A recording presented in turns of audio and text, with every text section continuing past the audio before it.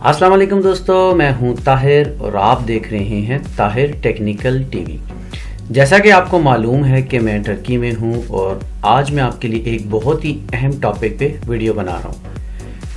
ये वीडियो हर नए तुर्की आने वाले के लिए और यकीनन यहाँ पर रहने वालों के लिए भी यकसा मुफीद है और मुझे उम्मीद है मेरी आज की इस वीडियो से तमाम देखने वालों को बहुत ही फ़ायदा होगा। मेरी आज की वीडियो का मौजू है इस्तांबुल कार्ड, जो इस्तांबुल में तमाम पब्लिक ट्रांसपोर्ट इस्तेमाल करने के लिए निहायत ज़रूरी है और इसके बगैर आप कोई भी पब्लिक ट्रांसपोर्ट जो इस कार्ड के ज़रिए पैसे वसूल करती है वो आप इस्तेमाल नहीं कर सकते। ये यहाँ एक बोर्डिंग पास के तौर पर बसों, ट्रेनों, फेरीज़ यानी समुद्री ट्रेवल्स के लिए भी इस्तेमाल होता है और बस स्टेशन, ट्रेन स्टेशन, फेरी स्पोर्ट वगैरह पे जो कोल्ड ड्रिंक्स, बेवरेज और पानी की वेंडिंग मशीन्स लगी होती हैं, जो डिस्पेंसर नस्ब होते हैं, उनमें भी यही कार्ड इस्तेमाल होता है। ये कार्ड 2009 में मुतारफ़ करवाया गया और इसका साइज़ आपके डेबिट कार्ड, जो आपका बैंक का क्रेडिट और डेबिट कार्ड होता है, उसके बराबर होता है और ये RFID यानी रेडियो फ्रीक्वेंसी आइडेंटिफिकेशन के ज़रिए काम करता है और ये कॉन्टैक्ट लेस होता है। आसानी से आपके वॉलेट यानी के बटुए में समा जाता है और इसको आसानी से रिचार्ज किया जा सकता है। तकरीबन हर स्टेशन पे इसको रिचार्ज करने के लिए और इस कार्ड को हासिल करने के लिए बिलिटमैटिक मशीन्स लगाई गई हैं, जहां से आपको आसानी से ये कार्ड हासिल हो सकता है और आप इसको रिचार्ज भी कर सकते हैं। मैं इस वीडियो में आपको इसको हासिल करने, इसको एक्टिवेट करने और इसको रिचार्ज करने का तरीका तफसील से बताऊंगा। मेरी वीडियो को मुकम्मल देखें ताकि कोई मालूमात आपसे रह न जाए। यहाँ पर 3 से 4 किस्म के कार्ड इस्तेमाल होते हैं, जिनमें स्टूडेंट के लिए अलग कार्ड होता है और जो विजिटर होते हैं उनके लिए अलग कार्ड होता है और जो सोशल होते हैं उनके लिए अलग कार्ड होता है और उनके सफ़र के चार्जेस भी मुख्तलिफ हैं। स्टूडेंट के लिए खुसूसी रियायत है और इनको सफ़र पे तकरीबन 70% तक डिस्काउंट दिया जाता है और विजिटर कार्ड पे नॉर्मल रेट होता है, 100% चार्ज होता है और सोशल कार्ड पे तकरीबन 40% डिस्काउंट होता है। सोशल कार्ड 60 साल से ज़ायद उम्र के लोगों और टीचर्स के लिए होता है। यानी फ़र्ज़ करें कि अगर आपका एक ट्रिप ₹2.50 में होता है, जो फुल ट्रिप होता है, तो जो विजिटर कार्ड है जिसका नॉर्मल रेट है उसको ₹2.50 यानी कि ₹2.50 चार्ज होंगे और जो टीचर है उसको ₹1.50 चार्ज होगा और जो स्टूडेंट है उसको सिर्फ 75 पैसे चार्ज होंगे। इसके अलावा आप अपने सफ़र और दौरानिया के टिप्स की बुनियाद पर महीने भर के लिए भी अपने इस कार्ड पे पैकेज लगवा सकते हैं और इसके लिए ब्लू कार्ड, जिसे यहाँ पर मावी कार्ड कहा जाता है, वो इस्तेमाल होता है, जिसमें फुल फेयर यानी नॉर्मल चार्जेस 275 लीरा एक महीने के लिए और टीचर्स के लिए 170 लीरा और स्टूडेंट के लिए पूरे महीने के लिए सिर्फ ₹50 माहाना चार्जेस हैं। इस्तांबुल कार्ड अगर एक ही स्टेशन पर दिन में 2 से 3 बार या इससे ज़ायद बार इस्तेमाल किया जाए तो इस पे खुसूसी डिस्काउंट भी दिया जाता है और ये डिस्काउंट हर तरह के कार्ड होल्डर के लिए होता है। इसके अलावा आप फेयर इलेक्ट्रॉनिक्स कार्ड भी मशीन से ले सकते हैं, जिसे आप अपने ट्रिप के लिहाज से ले सकते हैं। यानी आपने जितने ट्रिप करने हैं उस लिहाज से आप वो कार्ड लें, यानी 1, 2, 3, 5, 10 पास के लिए आप उसको ले सकते हैं। इस्तांबुल कार्ड ऑफिशियल मशीन से 7 लीरा जबकि दूसरी मशीनों से 10 लीरे का मिलता है। आइए आपको दिखाते हैं कैसे आप इस्तांबुल कार्ड मशीन से खुद हासिल कर सकते हैं। जब आप बिलिटमैटिक मशीन के सामने होंगे तो आपको मशीन की स्क्रीन पर इस्तांबुल कार्ड का एक ऑप्शन दिखाई देगा, जिसके साथ 10 लीरा उसकी कीमत भी लिखी होगी। आपने उसके सामने वाला बटन दबा देना है। उसके बाद आपने 10 लीरे का नोट मशीन के अंदर डालना है। मशीन नोट खुद ब खुद अपनी तरफ खींच लेगी और साथ ही मशीन में मौजूद नीचे की तरफ जो शीशे का बॉक्स आपको दिखाई देगा उसमें उस कार्ड को गिरा देगी। यहाँ से आपने अपने कार्ड को वसूल कर लेना है और इसके बाद बारी आती है इसको एक्टिवेट करने की। तो इस कार्ड को एक्टिवेट करने के लिए सबसे पहले आपको चाहिए हैश कोड। हैश कोड लेने के लिए आपके पास टर्की की किसी भी कंपनी का सिम कार्ड होना ज़रूरी है। अगर नहीं है तो आप हैश कोड इंटरनेट या वाईफाई के ज़रिए भी ले सकते हैं, लेकिन सबसे पहले मैं आपको सिम कार्ड के ज़रिए हैश कोड लेने का तरीका बताता हूँ।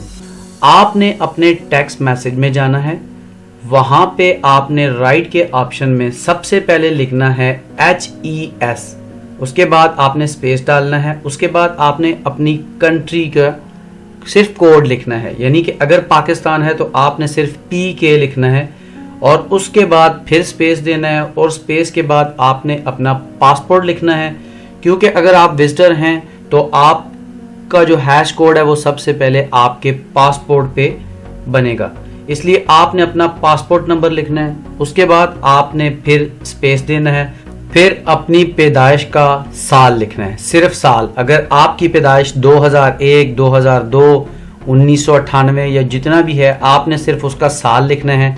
उसके बाद आपने फिर स्पेस देना है, स्पेस देने के बाद आपने फिर अपना लास्ट नेम लिखना है, यानी कि अगर आपका नाम मोहम्मद हुसैन है तो आपका जो लास्ट नेम अगर हुसैन आता है आपने सिर्फ हुसैन लिखना है। और फिर इस मैसेज को आपने 2023 पे सेंड कर देना है। जैसे ही आप इस मैसेज को सेंड करेंगे फ़ौरन ही आपको हैश कोड का मैसेज मौसूल हो जाएगा।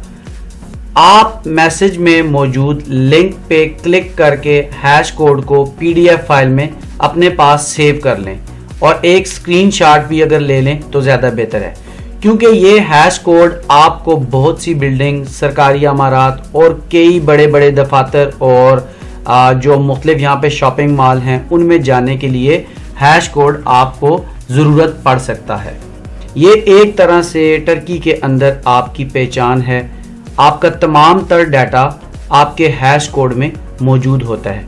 तो आइए अब आते हैं इस्तांबुल कार्ड को एक्टिवेट करने की तरफ, क्योंकि हैश कोड आपने जनरेट कर लिया है और अभी हैश कोड के ज़रिए आपने अपने इस्तांबुल कार्ड को एक्टिवेट करना है।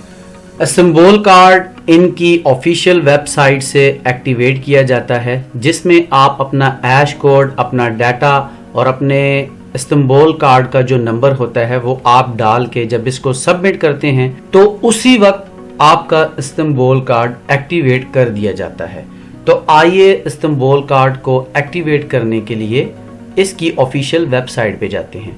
इसकी ऑफिशियल वेबसाइट का जो लिंक है वो मैंने अपनी वीडियो के डिस्क्रिप्शन में दे दिया है।